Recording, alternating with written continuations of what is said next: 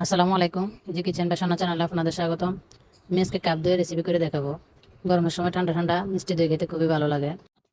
এই দইগুলো আমি অর্ডারের জন্য বানিয়েছি। 10টা দই আমি অর্ডারের জন্য দিয়ে দেবো। এখানে আমি 2 কেজি দুধ নিয়েছি, অল্প একটু কম আছে। দুধটাকে আমি জাল করে একটু ঘন করে নেব। দুধটা জাল করে ঘন হয়ে আসলে এখন আমি ক্যারামেল রেডি করে নেবো। ক্যারামেল দিলে দুধের কালারটা খুব সুন্দর হয়। দইটা জমার পরে দেখতে খুব ভালো লাগে, খেতেও মজা লাগে। এখানে আমি 1 কাপ চিনি নিয়েছি। 1 কাপ চিনির সাথে একটু পানি মিক্স করে নেব। পানি মিক্স করা ছাড়া এইভাবে চিনিটা ক্যারামেল করতে দিলে ক্যারামেলটা একটু তিতা ভাব লাগে। যেন আমি একটু পানি মিক্স করে তারপর ক্যারামেলটা রেডি করে নেব। একটু একটু হলুদ হয়ে আসলে এভাবে নাড়াচাড়া করে নেব। নাড়াচাড়া করতে করতে দেখেন এটা খুব সুন্দর একটা কালার আসছে। আর বেশি কালার করবো না, বেশি কালার করলে দুধটা খেতে তিতা লাগবে। এখন আমি জাল করে রাখা দুধ দিয়ে দেবো। দুধটা দিয়ে নাড়াচাড়া করে নেব। দুধ দিয়ে আবার ভালো করে একটু ফুটিয়ে নেব। এখন যে দুধটা জাল করে রেখেছিলাম